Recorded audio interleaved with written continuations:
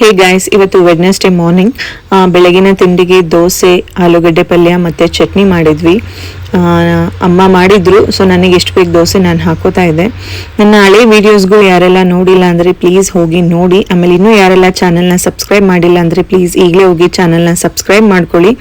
So ತಿಂಡಿ ಎಲ್ಲ ಮುಗಿಸಾದ್ಮೇಲೆ ಕೆಲವೊಂದು ಗೊಂಬೆಗಳನ್ನ ಕ್ಲೀನ್ ಮಾಡಬೇಕಿತ್ತು. ಈ ಗೊಂಬೆಗಳೆಲ್ಲ ನಾನು ಚಿಕ್ಕವಳಿದ್ದಾಗ ಪರ್ಚೇಸ್ ಮಾಡಿ ಇಟ್ಕೊಂಡಿದ್ದು. ಅಮ್ಮ ಎಲ್ಲ ಎತ್ತಿಟ್ಬಿಟ್ಟಿದ್ರು. ಸೊ ಈಗ ನನ್ನ ಮಗಳಿಗೆ ಆಟ ಆಡಕ್ಕೆ ಕೊಡೋಣ ಅಂತ ಹೇಳ್ಬಿಟ್ಟು ಎಲ್ಲ ಒಂದ್ಸಲ ವಾಶ್ ಮಾಡಿ ಕೊಡೋಣ ಅಂತ ವಾಶ್ ಮಾಡ್ತಾ ಇದ್ವಿ. ಏನಿಲ್ಲ, ಮಿಷಿನ್ ವಾಶೇ ಮಾಡ್ತಾ ಇರೋದು.